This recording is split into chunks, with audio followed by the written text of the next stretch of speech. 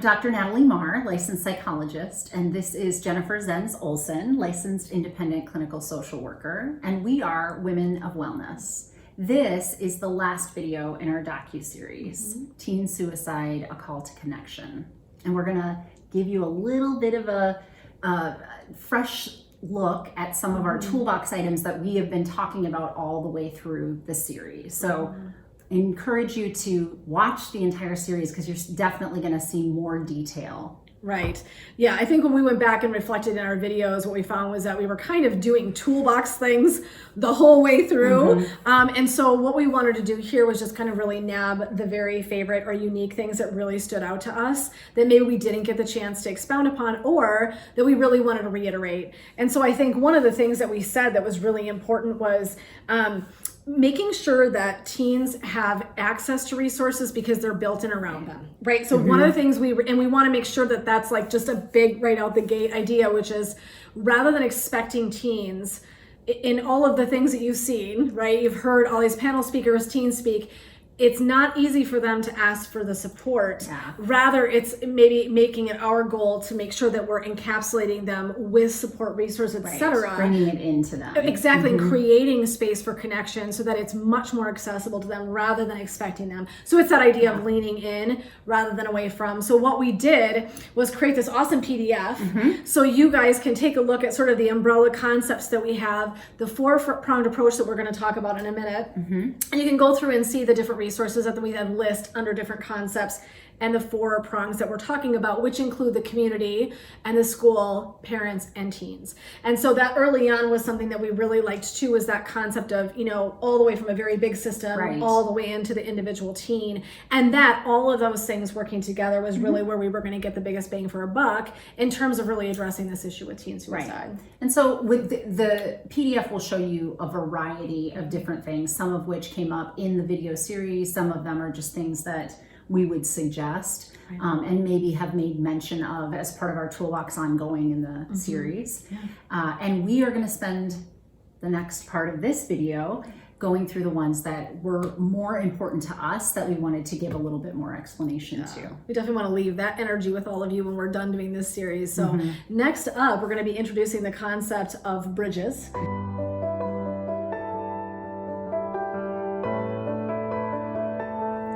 I think one of our biggest takeaways in our video series was the concept around bridging. And what we really mean, I want to define that first, which is it's just allowing a connection between a teen and a resource. So if we're going to simplify it and break it down, it's the connection between a teen and a resource. So if we have a teen who is feeling suicidal, we want them to be able to connect to someone safe. And so within the school system, family, it doesn't matter kind of where. We might talk a little bit more heavy in the school spectrum just because I think it's a great space to talk about it. But it applies in all places.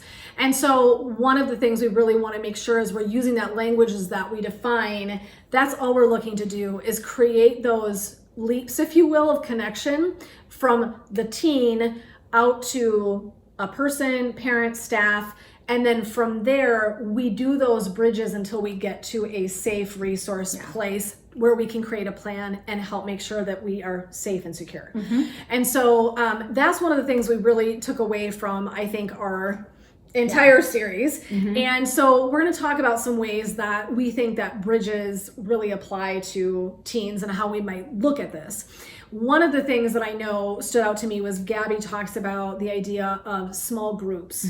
And so strangely, even a small group can be a bridge, right? So, but really what we want to do is by having small group conversation and discussion, maybe versus an assembly, she was kind of referencing that we have this tendency in our school systems to have a big assembly. We have everybody in a big group and we have a speaker, we talk about something and then everybody goes back out to life.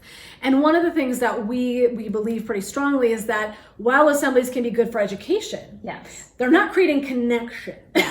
They're I've educational. heard you say even that they can be somewhat invalidating Yeah. for people that are going through any kind of mental health or certainly struggling with suicide. Yeah. And so rather than doing that, what Gabby's recommendation really was to really kind of have a focus on a small group environment where there's much more ability to actually create connection. And she didn't realize that's what she was saying, but that was what she was saying. It was pretty awesome. We pulled it out of there. And so that's one of the things that I think is really lovely, is because within a small group, we're able to build more of those connections more easily. There's a little more access to vulnerability and things like that, storytelling, which I think is creating deep connection. I think that idea of building vulnerability and connection in small groups is a lovely transition to talking about Elk River. And what Elk River did was, after a series of suicides in their community, in their school, they developed several ideas, and we'll kind of be touching base on all of them. But one of the ideas that I truly love and would love to see recreated is this concept of having community panels come in. Yes. And what it is a small group of people came in. Community members might be parents, could be kids, students, counseling staff. Keith was on the panel, and what they do is they come in and they talk about teen suicide and its impact in their lives. Yeah. And so I love that concept of the vulnerability in this small environment. Again, we're going to come back to that, right? Being that much more connectable idea that we reference throughout this whole piece of building bridges. Right. And so I think what you're doing is creating space for students in smaller environments to begin recognizing who actually might be great bridges. That's it's a great resource. Mike did talk about bringing the counselors in to those panels. Yes. That it drums up business. Yep. And it was a really wonderful opportunity to demystify what suicide is, normalize mental health issues, start to build connections with people within the school. So these kids knew who to go to, essentially. And I like the idea of, creating a space where the kids, the teens might actually end up having resources. And again, even if I have a teacher that I really like, but they're not quite as comfortable, we're creating comfort by talking about bridges for teachers to go to one another, right? So there's this, whether it's coming through a panel conversation, whether it's through a private conversation, again, it's always linking back to creating a space that they can connect to a resource of some kind. So I think this is just, like you said, demystifying. It's creating a space for the teens to be able to talk about this with safe people who are willing to step into this with them, and how profound I think that is for them. Right. I also like using the bridge concept with parents. I think that we could better connect with parents as well, and coach on ways to handle mental health, create language around mental health. And Laura from our community panel had pointed out, as you just said, bridges between teachers. So if there's some teachers that are less comfortable, that you would bridge them to teachers that are more comfortable. And a thought I had is that within mental health, there's this concept of having consultation. It's not teaching or supervision or giving people new techniques to use. It's really just a group of professionals that meet to talk about cases together, to connect. And I like the idea of helping staff, helping faculty, teachers, but it could be counselors, anybody, by bringing in a mental health professional for one of these kind of consultation groups. It's a more nuanced way to create connection. It's a more nuanced way to create continuing education on the idea. It helps, as Mike had pointed out, one of our community panel teachers, he's a health teacher, he does get training and he's doing this kind of stuff, but a math teacher, a science teacher, English teacher may not. And that might be an opportunity if you had a consultation group or a format for that within the school for those teachers to have some exposure. Yeah, I think it's the exposure, and I think it's also a potential place where they can talk about the kids they're working with or the connections that they have. And I think it's always, what we want to circle back to is it's always creating continuity. As much as we can create that continuity for kids and lean into that material and make sure that we're bringing things to them rather than always expecting them to step out and ask us for resources. If we're doing these style of things, we're always insulating them, encapsulating them in love, resources, and things like that. And I think that would just be an epic way to address some of this. Yeah. So that's bridging. And it was a concept that we were really excited kind of came out organically from our series. Next up, we're going to talk about stigma and myths. and our toolbox ideas for those areas.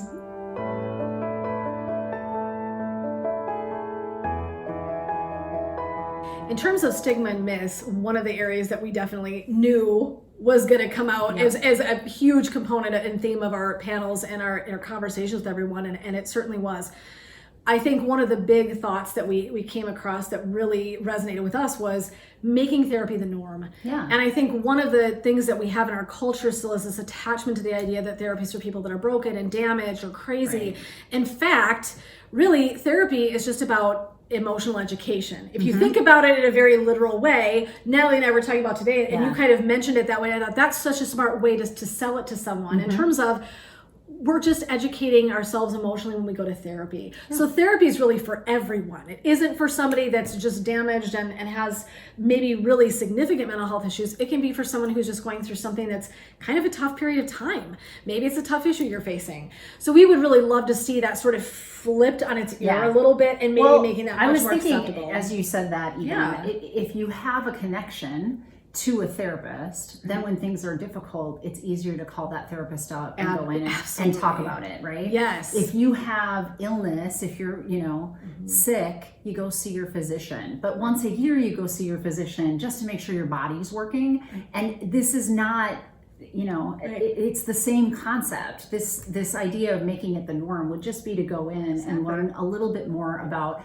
how do I feel all of my feelings. Yeah. Culturally, we are kind of fed this idea that the only feeling that's okay is joy, is happiness. Positive, and the rest of them we're supposed to push away. Right. And that's just not reality. The reality is we have a whole span array of emotions. Right. And that's, a cornerstone of therapy is just psychoeducation. Exactly. On how to know what those are and how to handle them. Absolutely. It's mental and emotional wellness. And for me, it's creating, normalcy around that and allowing people to sit in those experiences and those feelings and making that a rich part of our human experience. And it is. And if we do that more as a culture, all of mental health has less sting.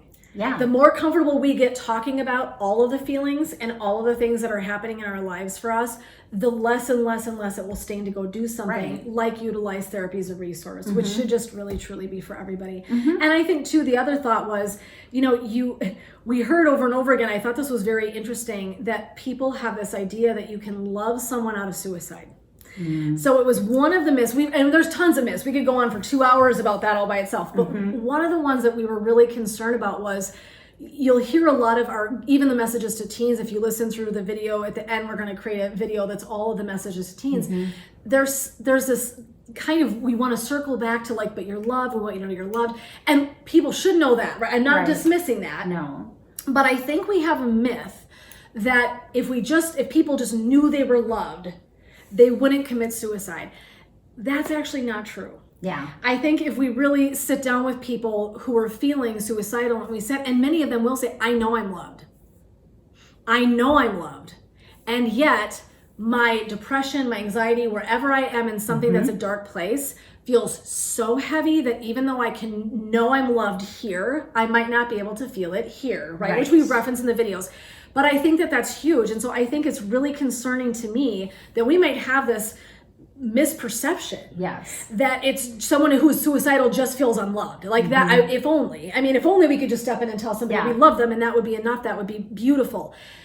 That, in fact, I do not believe is actually the case. It isn't the case. It also intertwines with another myth that is you'll know what it looks like when someone's suicidal. For or sure. You'll know what it looks like when somebody's depressed. It looks different for every single person. So everybody's experience of love, of connection is different. And the kind of connection that will allow a resource in for an individual is also going to be a unique experience.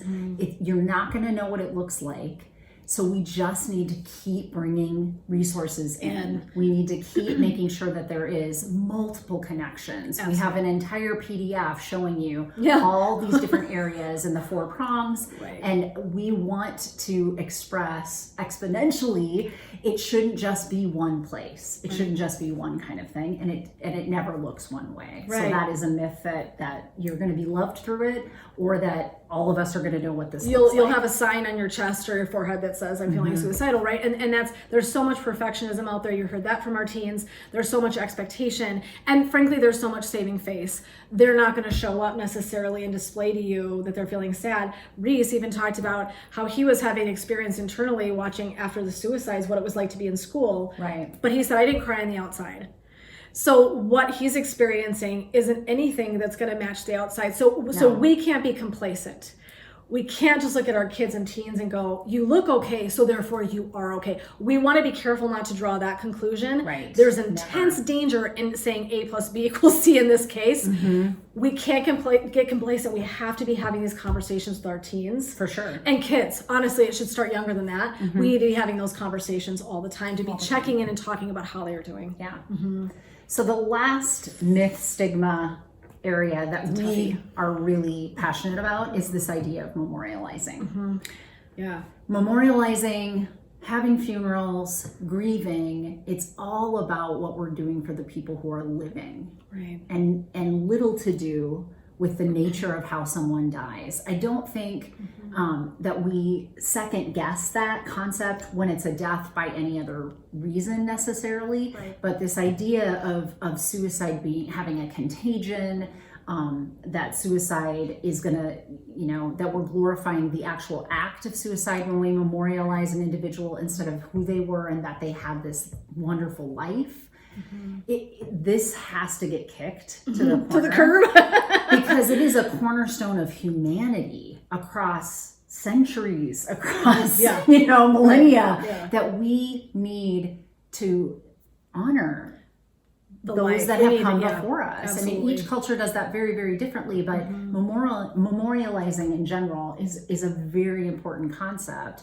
And I think our community panel talked beautifully to this whole idea. Absolutely. So please watch that video in the series to get a little bit more. Right. Marcia does such a nice job of talking about how they do that and how they treat every single loss the same. And in our research, which we did do some research, that was really what we read, was that there was a beautiful way to do this. And we're not going to spend a whole series doing this, so it bums me out a little bit because it's a big subject. But I want to say that I do think that there is a way to do this that can still be safe and contained, but still honoring the life of a student regardless of the kind of loss that it is. And that there's deep connection being built when we're grieving together. And so if we see a staff person who is crying at the loss, it normalizes and validates that I can have that feeling as well. Again, we're leaning into hard feelings, and grief being a very tough feeling to sit in. And so I think that it really opens doors for us to engage and connect, actually, rather than propelling us apart. There's a way to utilize memorializing in a way that I think is supportive and beautiful, and it doesn't have to be a suggestion of suicide, right? It doesn't even have that to be. Example of watching a teacher or a coach or somebody, on the staff cry while a memorial is happening humanizes that adult and makes opportunity to have more connections with the teens or kids, depending on where that memorial happens.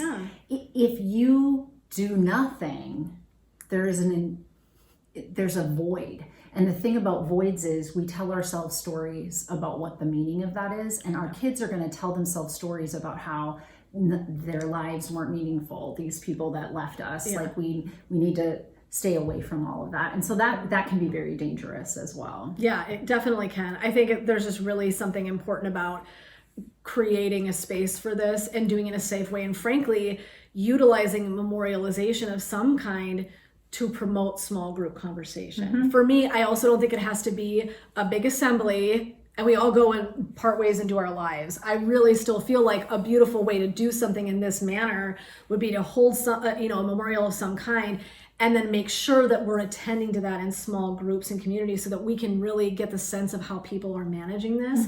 It doesn't have to be a one and done. Rather, we can actually utilize it as a bridging resource for people, which I think would just be lovely. So next up, we're going to be discussing the way that language plays a huge role also in teen suicide, and how we might do some things differently to shift that around and make it more useful and clear.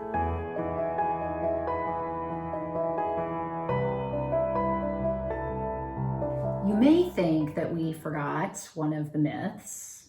We did not. We put it in this category instead. So the idea that suicide is a permanent solution to a temporary problem. Why would we put that in the language section? I think that this is how language could be really powerful. It is powerful to say it's a permanent solution when it isn't a solution necessarily at all. It's an ending. It is powerful to actually be more worried about the problem focus than the person focus.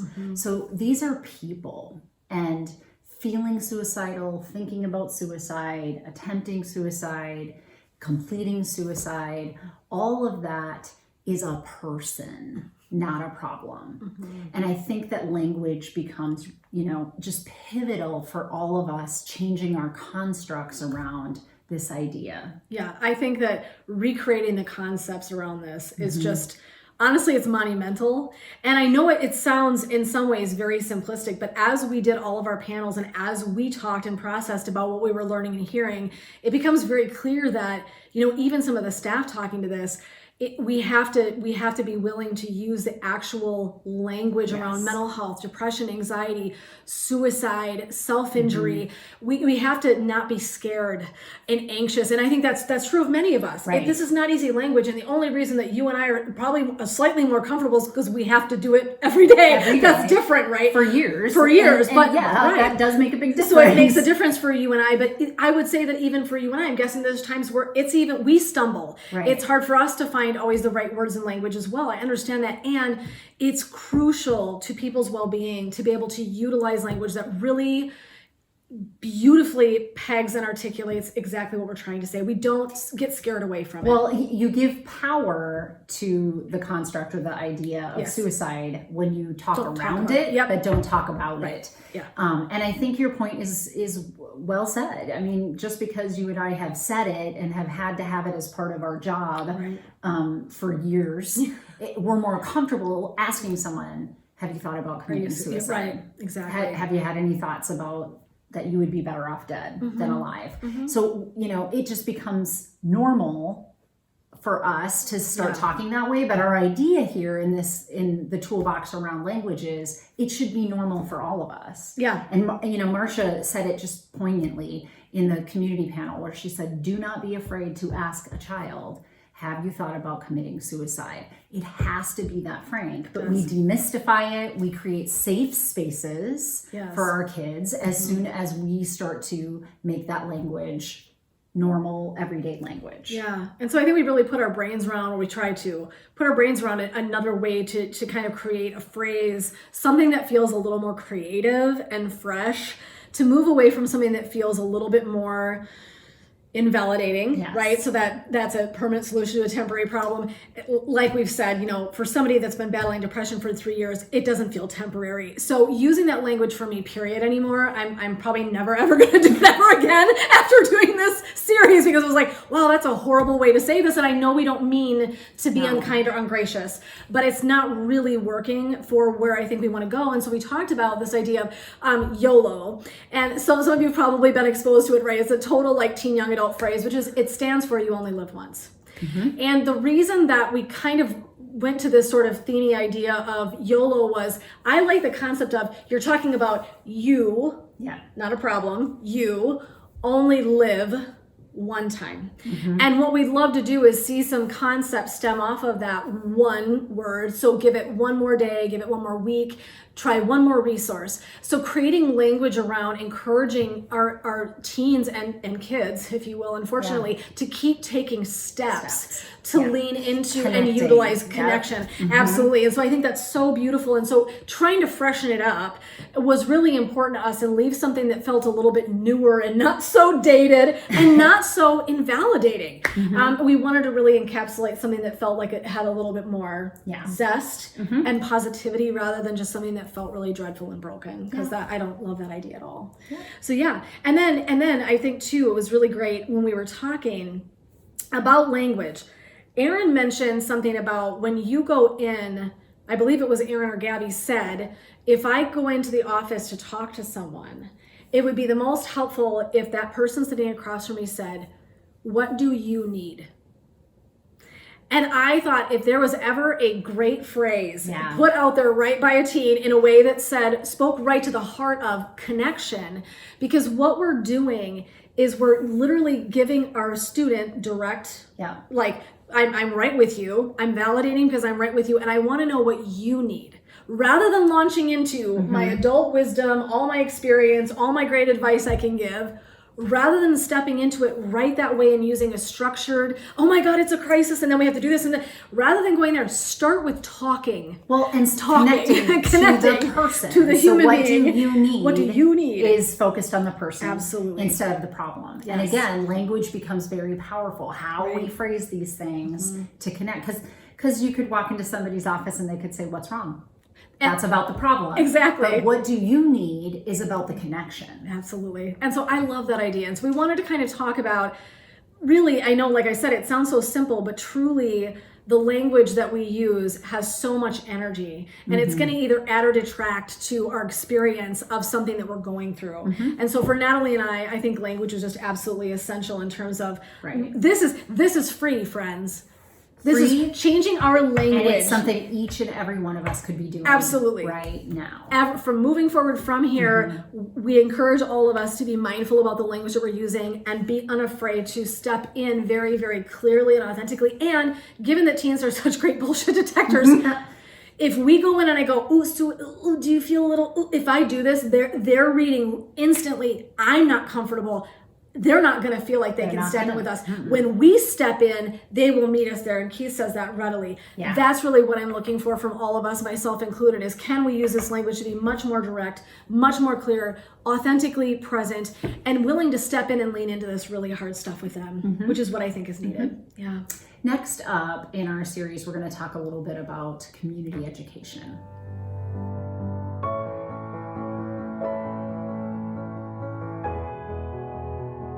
For community education, what we really wanted to outline were a few points. One of them that I think comes across really clearly is early childhood education.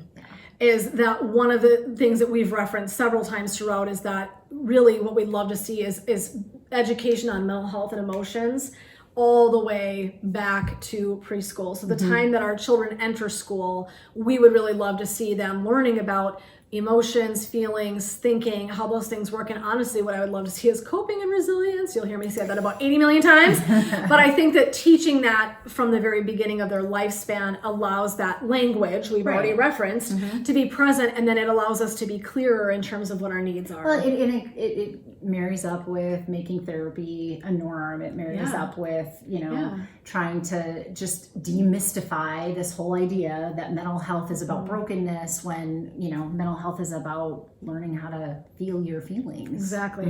And then we talked about too the concept of places that you could be doing education that is a little creative, right? Yeah. And one of the things that I love Nicole mentions, which is that her swim coach, will put out weekly emails where she's talking about resilience, self-care, etc. They do some yoga and mindfulness as part of their swim team. And so things like that were places that she identified hearing information about coping mechanisms. That was what she said was where she was educated. Like, they all said, well, there's health class, but that's kind of it. Yeah. And so this was a unique place where she was getting that education. And I think that that's so cool. And I know Keith had said to us earlier that he feels like sports are just an extension of school, but that you're more likely to have a deeper connection with a coach that you spend a lot of time with, as well as your teammates. So it's an environment where it might be a rich place to be planting seeds and having some of those conversations. And I love that idea. So whether it's a sport or a church outing, a youth group, an activity you're participating in, if we're leading anything, it would be so wonderful for those people who have pretty consistent interaction with teens to have some education to provide it and be another vessel for providing some of this information. I just think that's so smart. Yeah, for sure. Yeah. So under community education, there is also all of the information that our community panel, who uniquely had a bunch of suicides in their community in Elk River in the early 2000s, they talked a lot about Sherry Lovery. So we just wanted to show you this reference, but this is an entire already put together way to address crisis in schools. And it's called the for Safe school Room. districts. And so I think there's also a manual. She does training. So they hired her to come in and train in their school district how to utilize their resources and how to be prepared. And so one of the things that we really, really liked the idea of was the flight teams. Yeah. I mean, let's not reinvent the wheel. This is already done. It can already work. We know, yes. And we already know it works. Exactly. So you listened to this community panel say, this is what, happens. We just go into action, and these are the people that show up at our school so that our staff who are grieving can handle their own grief and our kids. It makes the most sense. This idea of having your community members be ready and able to come in and assist when a school is under duress. Our high school this past year was under a lot of duress. Oh my gosh, absolutely. These families were under duress. The kids were under duress. And, I would ask my fellow mental health professionals, step up, be a community member that's willing to do volunteer. I would love to be part of a flight team. Absolutely. We would both love that. So that flight team is really comprised of, typically I believe it had mental health professionals in the community, and they're volunteering their time. I think some of them might be hired, some of them are volunteering their time.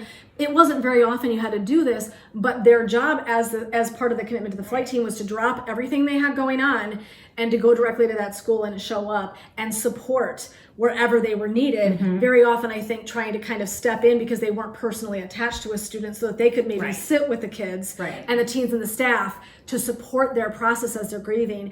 And it was beautiful. I remember wishing I could have been on at the time. I was never able to kind of get in because they had already had kind of everything organized and set up. But I had a colleague that did it. It was a really powerful experience. And it's education for the community, for the school district in particular, but community members can be participants in the overall, concept. We just found this to be an invaluable resource that particular community panel talked about, and we didn't want to just blow that over. It definitely is something we would love to see. The concept is brilliant because it's just a whole prevention and reaction plan, which I just think is, again, like Marcia said, at one point she said, you can never be ready for the feelings. And our point was, you can never be ready for the feelings. She's exactly right, but you can be prepared for what you're going to do. That's right. And if at least we know we've got that plan in place, the rest we can sort of cope with more effectively than having to invent it as we go, right?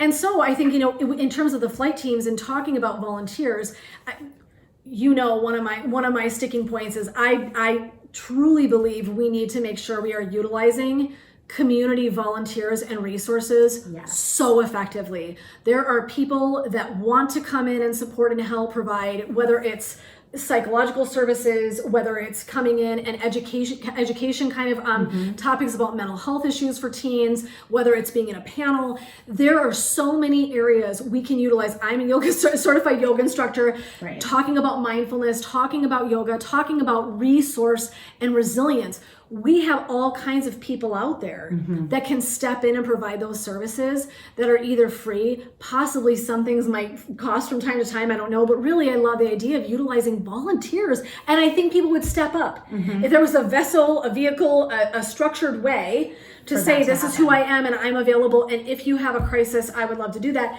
That's partly flight team idea. But I think that there's ways to do this in general, and I just think that maybe we aren't nabbing volunteers like we could.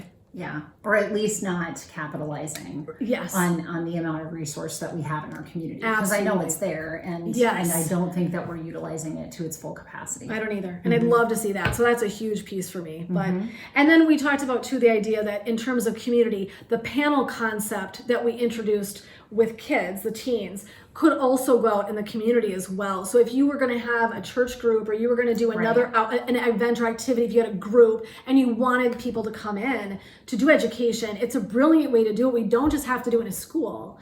We can transmute that in a million ways. And your organization or group doesn't have to be the ones that educate themselves so they can educate kids or educate whoever you're serving at that point. You've got people in your community. Use them. If we've got identified panels, let's not reinvent the wheel, right? So there's some really neat ways that I think are very cost efficient. And it's utilizing resources so we're not always expecting everyone to learn and do more. Right. Because everyone has a point to where, teachers, admin, all these groups, they have limits. When we all work together, that expands exponentially. And so that's really what we want to do is make sure that no one group or entity feels like they're completely solely responsible for this. But if we all come together, they're so much more accessible to all of us. So I love that idea. Yeah. Next up, we are going to talk more about education for teens and parents specifically.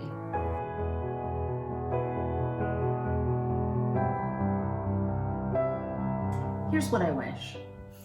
I wish kids came with manuals. We all do. And they don't. Nope. And I would like to really push this idea of parent coaching. There's not a lot of opportunities for it. Actually, the only one I can really think of are groups and mental health professionals doing therapy. If you didn't already know, we do parent coaching. So those of us that work with kids work with their parents because, most of the work is happening at home or happening between sessions. It's not some sort of magical, box that you put your kid in for an hour a week and all of a sudden they come out perfect. Dust. Yeah, exactly. Nope, that doesn't That'd happen be awesome. either. Like a toaster. So since I can't have manuals for kids, what I'd really like to do is push this concept of parent coaching. Yeah. And I would ask my fellow mental health professionals, maybe we need to step up here and get into the community education programs.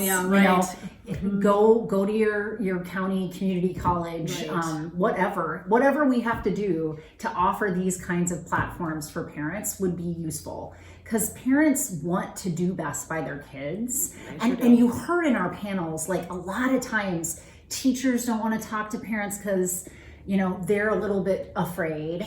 And parents might have a response that seems like, ooh, somebody's being judgmental. They think that I'm not parenting well. And so all of these really awkward situations can, interfere with the ability for those people to bridge. I think that it's a unique opportunity, really, to just make it normal. We want therapy to be normal. I want parent coaching to be normal.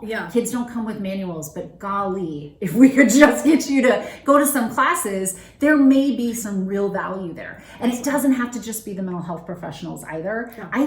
Some of the best advice I've ever gotten has been from other parents with older kids that if I had it to do over again, I think that there's just ways that we could be plugging that. Yeah, I do too. I think that's smart. A really neat way, actually, where a school did this was in terms of providing education was years ago at Rogers High School, shout out, we actually participated in a situation where it was before school started, I want to say, right before school started or right in the beginning of the school year, they created little mini workshops for parents. That's amazing. And I do believe maybe some teens walked around, but they had subjects like, internet safety, depression and anxiety, drug use and alcohol use. So, and today's days, we'd have technology for sure, some form of technology safety, et cetera, and usage and things like that.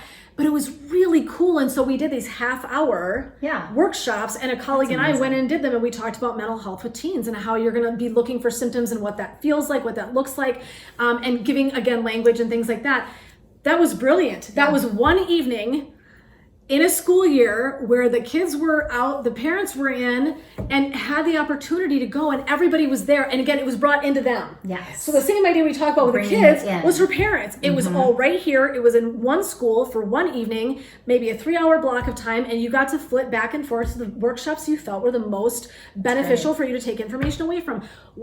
Why are we not doing those things? That's a great resource, and it's right there in the community for people. I think that's so smart, and we need activities like that. And parents came in hordes, by the way. I mean, by the time we were on the night, you were like, I'm telling you. It was exhausting. Kids don't come with manuals. They do not want to come. But they do want information, and I think it was an environment as well where there's no judgment.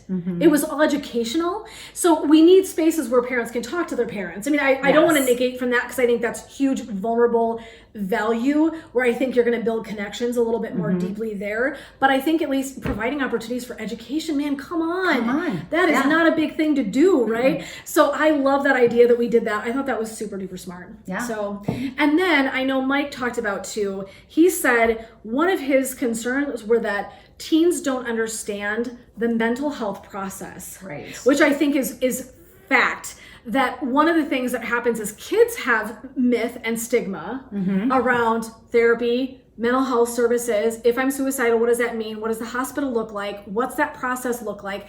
They don't know. So what happens is there's this anxiety around accessing resources. If I do that, what's it going to look like? How long do I have to be gone? Am I going to be locked up for a month? Do I get to talk to my friends? What happens in all of this? So one of the things I think that I'm really passionate about is making sure that we're out there, we're all of us, particularly mental health professionals that know exactly what happens, but that's easy to impart to somebody else, for teens to understand what that looks like. Right. You know, so Mike having the ability to explain to kids, so going into a classroom, I would love to do that, go sit in a classroom and talk with kids about what does the mental health path look like? Right. What might it look like? Yeah. Where do you go? What are the options? How does this part work? And take away some of that stigma and allow them to ask questions. Yeah. There's nothing wrong with them raising their hands and being able to say to someone, you know, but what about this? Or how does this work? Things like that, preparing them. Furthermore, I know that we've had a lot of concern too for kids if they have a friend that's suicidal, reporting it.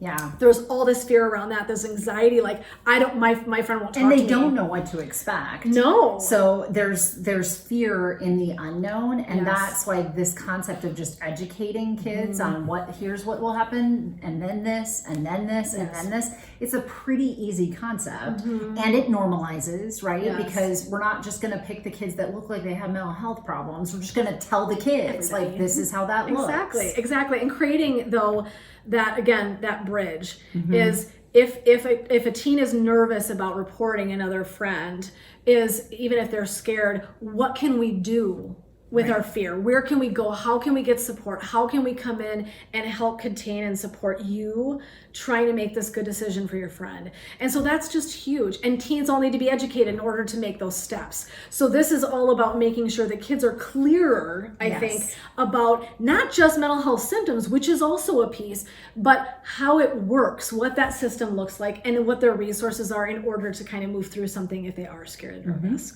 It's super huge, crucial. So next up, we're going to be talking about obtaining care.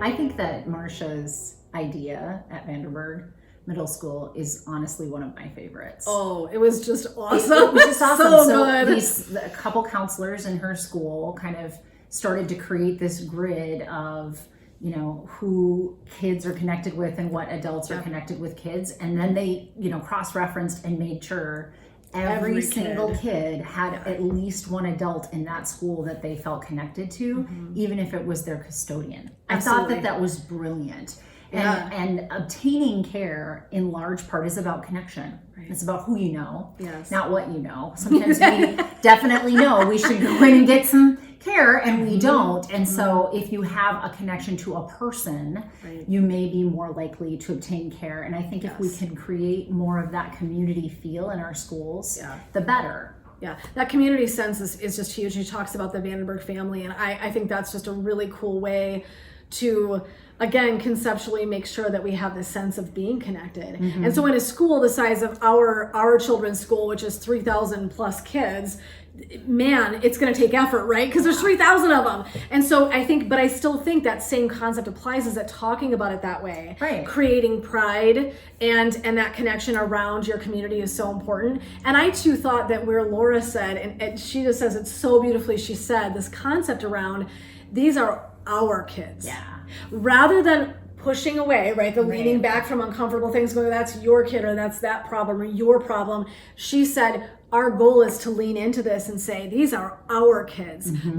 These are our kids in our community. This is what prompted Natalie and I to be sitting before you guys and spend all of this time trying to convey these ideas around teen suicide, is because they are our kids. This is our community, and these are all our and children. they belong to us. And so rather than, like I said, kind of doing the not it, tag you're it, you know, not it game, it's taking responsibility for that. And that concept of all of these teens, all of these kids our community, we belong to one another.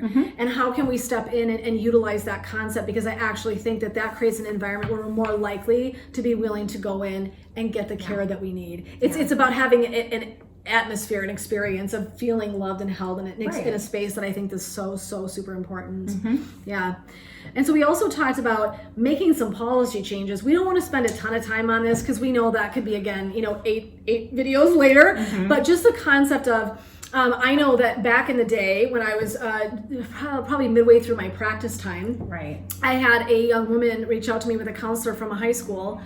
I think she called me 2 or 3 times and she was desperately wanting therapy and had heard about me. Her counselor had worked with me, and we must have had 2 or 3 phone conversations where she was like, my parents will not give me permission to seek therapy. And I'll never forget how powerless I felt as a clinician. And what was so frustrating was, here's a teen asking for help. Sometimes we can't pay them to want help because it's so, anxiety provoking. Here was a young woman who really wanted to engage, wanted support, and could not get it because her parents would not back it. And so there's something for me too about, and I'm not picking on parents, so anybody out there, please understand that's not what I'm saying. In this one case, her parents were not willing to go that route. For me, I think all teens should be able to access care, period. I would vote long and seriously about, making sure that our teens have access to care, regardless of insurance, regardless of parental permission. I believe that we should provide them access to care all the time, regardless. Well, they're going to go to someone. So we're either going to help funnel that, or it's a Pandora's So, it's not, we don't want to get out our little red wagon and get a bunch of people in a bunch about it. And I think it's worth pointing out the way the policy is set up now, or how statute is set up now. If a child is, or if a female child is pregnant, she can ask for mental health help and be emancipated for also other health care. Or if kids are dabbling in drugs and it's drug-related therapy. Not mental health therapy, but drug-related therapy. The two are very combined. However, think about how backwards that is. Think about how backwards it is that a child has to have a problem and be in duress in order to access care. Literal crisis. And not helping them learn how to obtain care in the right time. When they need it, exactly, is listening to your own instincts and then being able to access care that you need that might help, again, prevent something from getting to that crisis level point. No one wants that, right? So if we don't want it to be that kind of an environment, and we all want to focus more on preventative rather than reactive, which we've all been talking about for a million years, right? In a million different facets, we have to be willing to provide kids with care.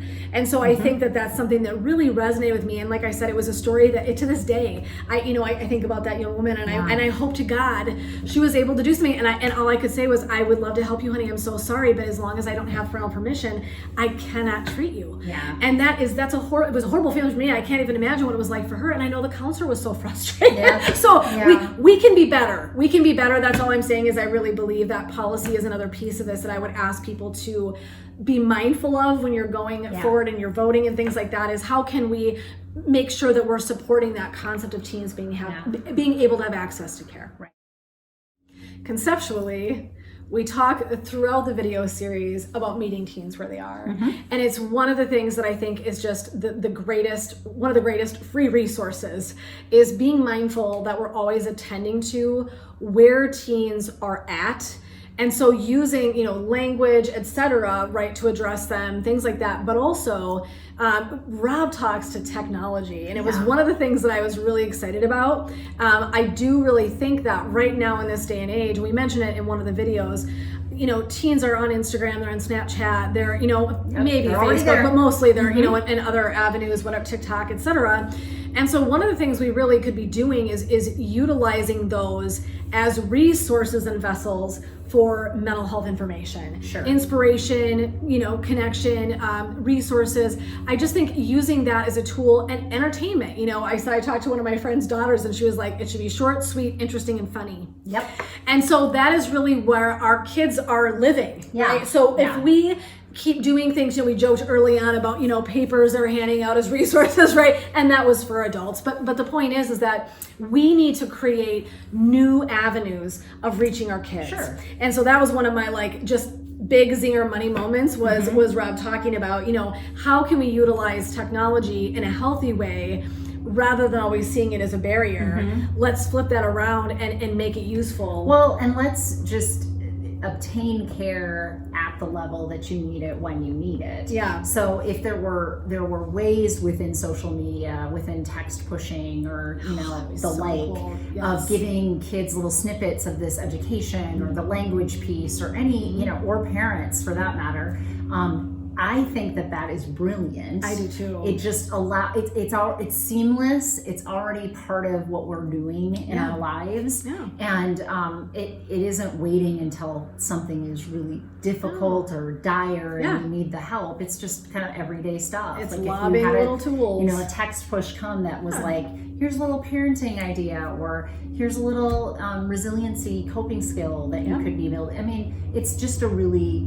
nice idea. Absolutely. Just providing a little, again, ideas around problem solving of issues that teens are going through. Particularly, you could do it for parents and teens, both directions. But love that idea that kids might have the mindfulness minute come in, right? Zips into their phone and they've got some little tool for that day. The next thing might be something funny. It might not even be related, right?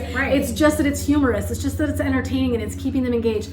This is a tool way underutilized for an area that I think is actually one of the best ways we could possibly reach our teens today. So it's something that I'm just like, let's get on that. And if COVID taught us anything, so it's many that things. we should harness this technology and allow that to be where we obtain care as much as any of these other places that we're in our where we are in our lives. Yeah, exactly. It's a great resource, great opportunity. So I definitely know we were really excited about that. Yeah. Next up, we're going to be talking about, Natalie knows this is one of my buttons. I have so many really. But the next one we're going to talk about is the concept of reintroducing advisory. So that's going to be what we're going to talk about next.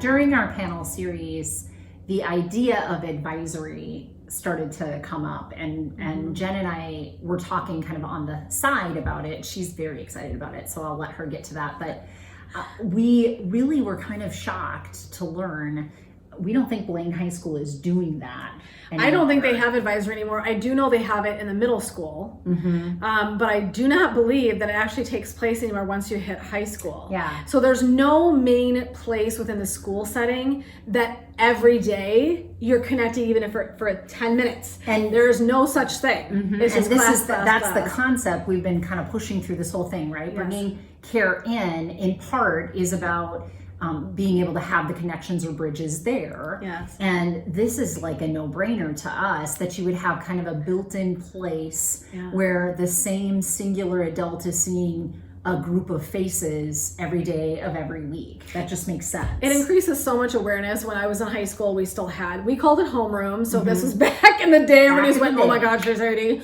But back in the day, we had homeroom. And so every single day we were in there to check in for, attendance, things like that. And then we did small educational things. Sometimes we just used it for homework. But it was a great vehicle for having those connections. And we had that same teacher and the same group of kids the entire year long. Right. So it didn't matter what other classes you had one home base. And for me, creating that home base, and whether you call it advisory or something else, the concept of having a place that kids connect weekly, really preferably daily, to experience that sense of community and small group mindedness, and having that space where we're kind of like getting to grow with each other a little bit, maybe grow some vulnerability, etc. That's creating a bridge. Yeah. So if we have that vehicle, that would be a great place to do some things like one of my favorite ideas, which is providing small and short assessments for teens to be doing on a regular basis. So it would look something like maybe an anxiety inventory, a depression inventory, and they're not a full-time mental health staff having to sit and rate them. You're teaching the kids how to do these kind of assessments. They're self-assessment. Yeah, they're self-assessments. Right, and then talking about if you have this kind of response, then maybe we know that it's time to go check in with a counselor or your bridge or etc. or come talk to your advisory teacher.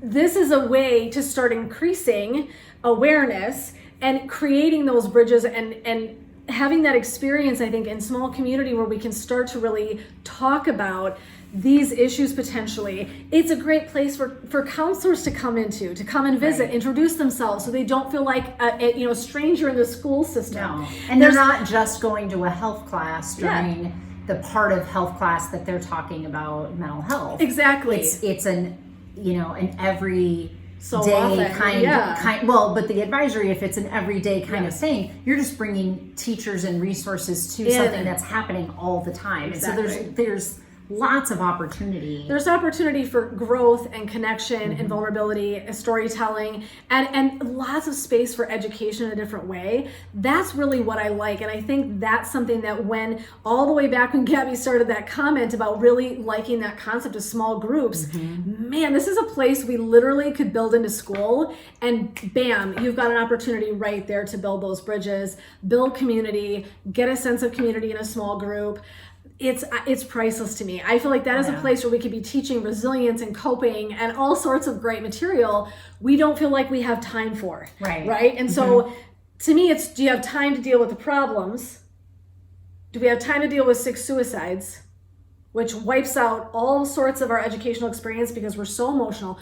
Or would we rather spend some time on the front end creating a space for coping and thinking about things differently and growing awareness? And for me, maybe one of my very favorite ideas is this one right here. Is really, that is also free.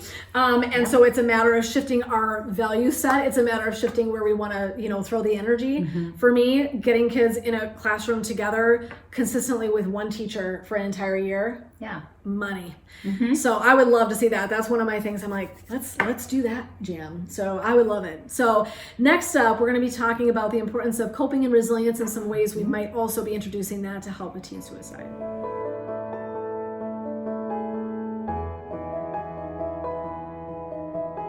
Resiliency is your capacity to handle distress or handle difficult times. And it makes so much more sense for us to be focused more on building someone's resiliency skills than it does to be focusing on just educating on mental health or how to catch things once they've gone awry. It just makes good sense. It does, because we know every single person has stress. Every single person has stress. Every single person has feelings. Every single person has relationship issues from time to time. So if we're teaching coping and resilience from the time that we have small children, they come into this world, into the more challenging, areas of life as they age, with a set of skills. And one thing that really flabbergasted me in a not great way was when we asked people, were you ever taught coping skills? We got blank stares. And I mean blank stares. Now, I know we all know people cope. I don't mean to say that like people aren't coping. They are, clearly. But I think it's fascinating that they did not have language around what they even did to cope. They didn't have language around it. And they be careful who your teachers are. Like, their teachers were things like media or unhealthy adults or other kids in their lives. That's not great, I think not where we want them to be. So not only was it kind of flabbergasting that there was blank stares, but there was just also kind of this bewilderment that we had at all, that people kind of, they don't even, the teachers aren't there, that where do you get that help? How do you access that help? There was just kind of nothing that they understood about that. And we talk about too, this is taking one step back, but I want to make sure we talk about kids go to kids. Okay. So we know we've talked about that. I think panels are a great way to bring kids into the loop. I think it's a great way to have them be in a healthy environment, right? Rather than an unhealthy environment to utilize resources and things to cope, right? So if we can do panels with them and include them, if we can do small group ideas and include them, what we're doing is we're growing that capacity for healthy interactions around, teens going to teens. For me, again, this is an area where rather than expecting them to go elsewhere to get their ideas, we want to provide resources and concepts for them to be growing up into their young adult life with. Right. And so for me, it was, talking about things like, mindfulness experiences, et cetera. I know Mike had talked a little bit about that. Mm-hmm. They're definitely doing some of that in Elk River in the middle schools. They've got calm spaces, calm corners, forgive me, the technology. And they have technology. And they do have technology for creating that as for well. stress relief, et cetera. They're putting things into place right now for the kids, so the kids have resources. That is so smart to me. And so, like I said, one is what is coping and resilience, defining that for our kids, talking about the various ways. For some people, and Mike says very well, he goes, everybody might not be into mindfulness. He's exactly right. But if we're taught mindfulness concepts, you either take them or leave them. But identifying for kids that one resource would be working out. Why is working out good for you? Why is talking to someone else that's in a safe adult, why is that good for you?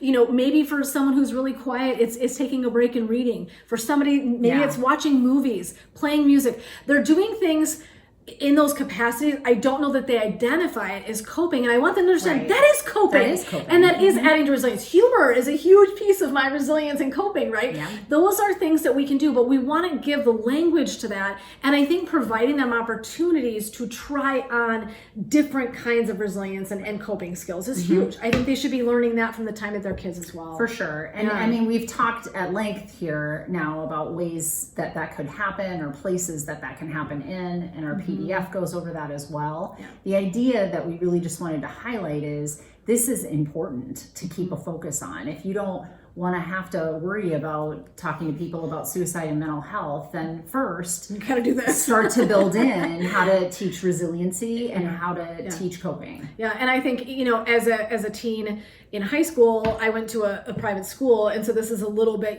back in the day, we did retreats every year with our class, and our classes were broken up. We went with 30 to 50 kids max, and we spent a day or 2 days, and everybody did team building exercises. We were talking about issues.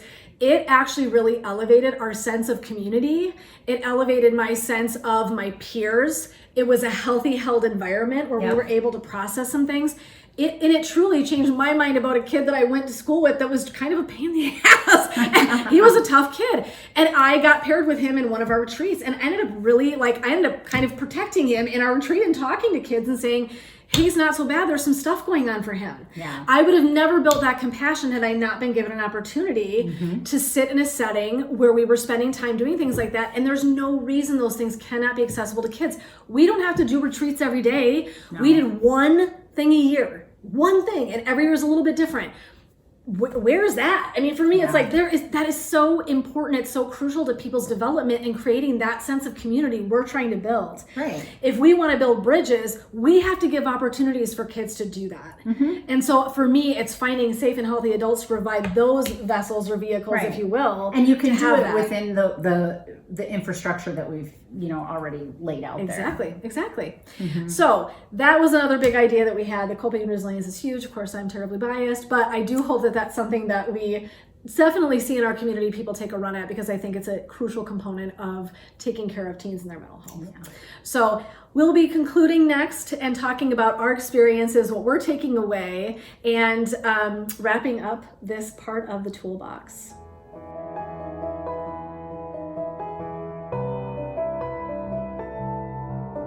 Thank you for joining us and sticking with us. I hope that you got something out of this series.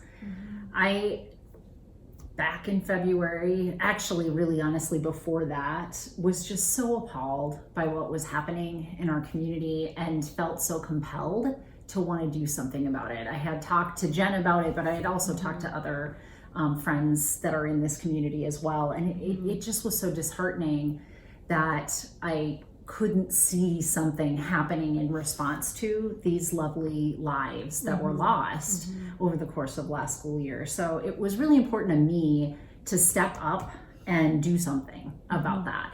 And that was really, why I called Jen, why we started this series, and have allowed it to get as big and wonderful as it is. I mean, it became quite an ordeal for us to put together. And blood, sweat, and tears. And I think, would do it all over again, to be quite honest. I mean, we didn't see a lot of pieces coming, like the pandemic didn't we hadn't put that into our Nope. planning sessions, No. but I am glad that I decided to show up in the world the way that I want the world to be, Yeah. and to try and at least get some wisdom out there around why do we think things like this happen, and what are some of our thoughts on what we could do to help people understand how to prevent it. Yeah, it's such a layered thing for you and I. You know, at the beginning we talk about being parents in this community, about being mental health professionals. We've got kids that go to this school. You know, I think it felt really personal to both you and I, For sure. that we step into something and call attention to and try to help raise some awareness, because it's just for me.